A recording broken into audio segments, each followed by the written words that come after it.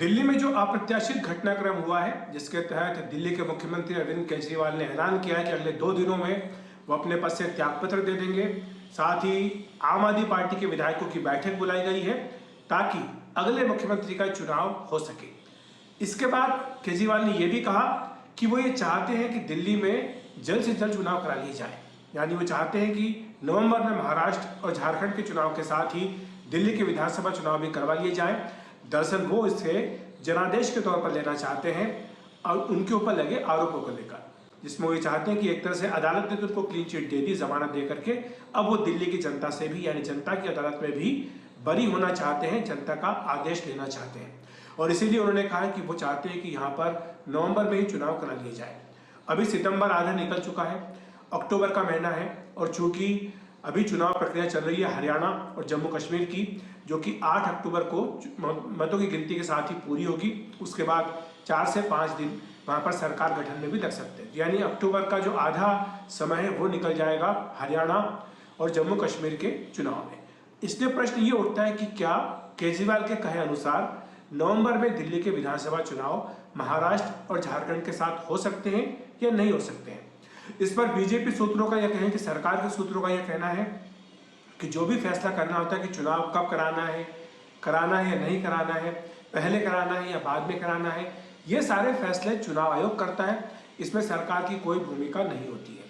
तो ये एक तरह से गेंद बीजेपी और सरकार ने चुनाव आयोग के पाले में डाल दी है। चुनाव आयोग का जहां तक प्रश्न है, चुनाव आयोग जल्दी चुनाव कराने के बारे में या कोई भी चुनाव कराने के बारे में कई सारे फैक्टर्स का ध्यान रखता है। सबसे बड़ा फैक्टर तो इसमें यह होता है कि जिस राज्य में विधानसभा चुनाव कराने की बात हो रही है उस राज्य की विधानसभा का कार्यकाल कब तक है। तो इस मामले में दिल्ली विधानसभा का जो कार्यकाल है वो फरवरी तक है। तो ऐसे में दिल्ली विधानसभा का चुनाव कराने के लिए अभी 5 महीने का वक्त बाकी है। दूसरी बात यह है, इसमें यह फैक्टर भी देखा जाता है कि चुनाव की तैयारी कैसी है। इसके लिए चुनाव आयोग जो मतदाता सूची होती है उसका परीक्षण करता है, रिविजन करता है। इस मामले में देखना होगा कि दिल्ली में भी ये काम पूरा हुआ है या नहीं हुआ है, या काम शुरू हुआ भी है या नहीं हुआ है। क्योंकि हर चुनाव के ऐलान से पहले चुनाव आयोग का एक दल राज्य में जाकर वहाँ के अधिकारियों से, वहाँ के राजनीतिक दलों से मिलकर उनसे उनकी राय जानता है, वहाँ पर समीक्षा करता है कि तैयारियाँ किस तरह की हैं। और दिल्ली के मामले में भी यही देखा जाएगा कि यहाँ पर चुनाव कराने की तैयारी किस हद तक हो पाई है, मतदाता सूची का काम हुआ है या नहीं हुआ है, उसमें कितना काम अभी बाकी है। जब तक मतदाता सूची का पुनरीक्षण नहीं होता तब तक चुनाव आयोग चुनाव के कार्यक्रमों का ऐलान नहीं कर सकता है। तीसरा फैक्टर होता है कि वहाँ पर सुरक्षा बलों की त्योहार के हिसाब से और मौसम के हिसाब से कोई समस्या तो नहीं है। सुरक्षा बलों की उपलब्धता हो पाएगी या नहीं हो पाएगी, इस मामले में भी गृह मंत्रालय से रिपोर्ट मांगी जाती है। गृह मंत्रालय के साथ विचार विमर्श करता है चुनाव आयोग हर चुनाव से पहले, क्योंकि हर चुनाव के लिए सुरक्षा के इंतजामों की जरूरत होती है। तो ये भी देखा जाएगा दिल्ली में कि यहाँ पर सुरक्षा की जो ज़रूरत है उसके हिसाब से इंतजाम है या नहीं है। अगर नहीं है तो इसके लिए इन्हें पूरा करने के लिए गृह मंत्रालय क्या कर सकता है, ये भी बातचीत और सलाह मशवरा गृह मंत्रालय के साथ करना होगा। दूसरी बात त्योहार को देकर के होता है कि कहीं त्योहारों का टकराव तो नहीं हो रहा है। यही बात महाराष्ट्र और झारखंड के विधानसभा चुनाव का कार्यक्रम तय करते वक्त भी चुनाव आयोग को देखना होगा, क्योंकि दिवाली का समय आ रहा है, उसके बाद फिर छठ का त्यौहार होगा।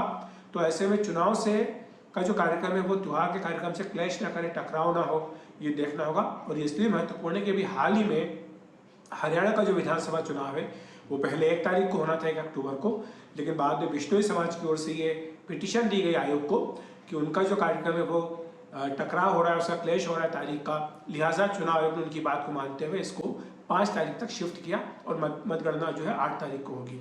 तो इसलिए त्योहारों से कोई टकराव ना हो, ये भी चुनाव आयोग देखता है। तीसरी बात ये देखता है कि मौसम में कोई इस तरह गड़बड़ तो नहीं इसके चलते चुनाव कराने में दिक्कत हो। जैसे कि मान लीजिए किसी राज्य में बाढ़ आई हुई है, या कहीं सूखा है, या कहीं पर बहुत ज़्यादा ठंड है, या कहीं बहुत ज़्यादा गर्मी है, तो उसका टकराव ना हो, उसके कारण मतदान प्रतिशत में दिक्कत ना हो, ये भी चुनाव आयोग सुनिश्चित करता है। चौथी बात ये आती है कि जो राज्य के राजनीतिक दल हैं उनसे सलाह मशवरा किया जाता है, उनसे बातचीत होती है। जब चुनाव आयोग का प्रतिनिधिमंडल जाता है राज्यों के दौरे पर तो उनसे पता करते हैं कि वो इसके लिए तैयार हैं या नहीं हैं, उनका ओपिनियन क्या है कि चुनाव कब होना चाहिए। तो ये राय भी राजनीतिक दलों से ली जाती है, हालांकि फैसला जो होता है वो चुनाव आयोग खुद ही अपना करता है। तो ये मोटे मोटे फैक्टर्स हैं जिनके बुनियाद पर चुनाव आयोग ये तय करता है किस राज्य में कब चुनाव कराने हैं, तो दिल्ली के मामले में भी यही होगा। लेकिन एक सबसे बड़ा फैक्टर जो है किसी भी राज्य में चुनाव कराने के लिए, या तो विधानसभा का कार्यकाल नजदीक आ रहा हो, या दूसरा अगर कार्यकाल में भी वक्त भी बचा हो, तो ऐसे में राज्य की जो सरकार होती है उसको ये अधिकार होता है कि वो मंत्रिमंडल की बैठक बुलाए और मंत्रिमंडल की बैठक बुलाकर के विधानसभा को भंग करने की सिफारिश करे। अगर ऐसा करते हैं तो 6 महीने के भीतर चुनाव कराना जरूरी हो जाता है। हालांकि दिल्ली का जो समय है वो चूंकि 5 महीने का ही समय बचा, तो इसलिए अभी विधानसभा भंग कराने की सिफारिश हो या ना भी हो, इससे कोई बहुत ज़्यादा फर्क नहीं पड़ने वाला है।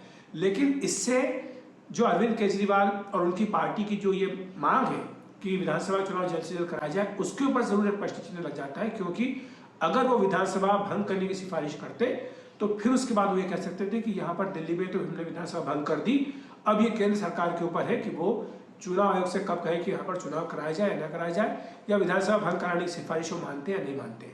लेकिन अरविंद केजरीवाल ने ये कहते हुए कि उनकी जगह अब कोई दूसरा मुख्यमंत्री बनेगा, और कौन बनेगा ये भी उन्होंने एक तरह से कह दिया कि मनीष सिसोदिया नहीं बनेंगे, वो खुद तो रिजाइन कर ही रहे हैं, तो 2 को तो उन्होंने रूल आउट कर ही दिया है, तो तीसरा कोई बनेगा।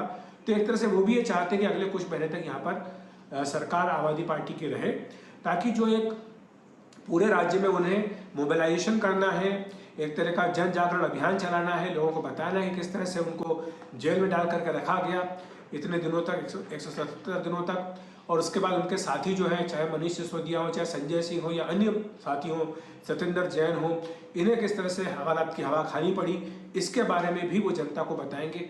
और जाहिर सी बात है कि वो जो विधानसभा चुनाव जब भी हो, नवंबर में हो चाहे जनवरी में हो, जैसा कि पिछले 2 बार से होता आया है, तो ऐसे में वो उस विधानसभा चुनाव के परिणाम को, जनादेश को अपने ऊपर लेंगे और सीधे तौर पर ये कहेंगे कि जो भी जनादेश आ रहा है वो दिल्ली की जनता की राय है, उनके ऊपर लेंगे आरोपों को लेकर।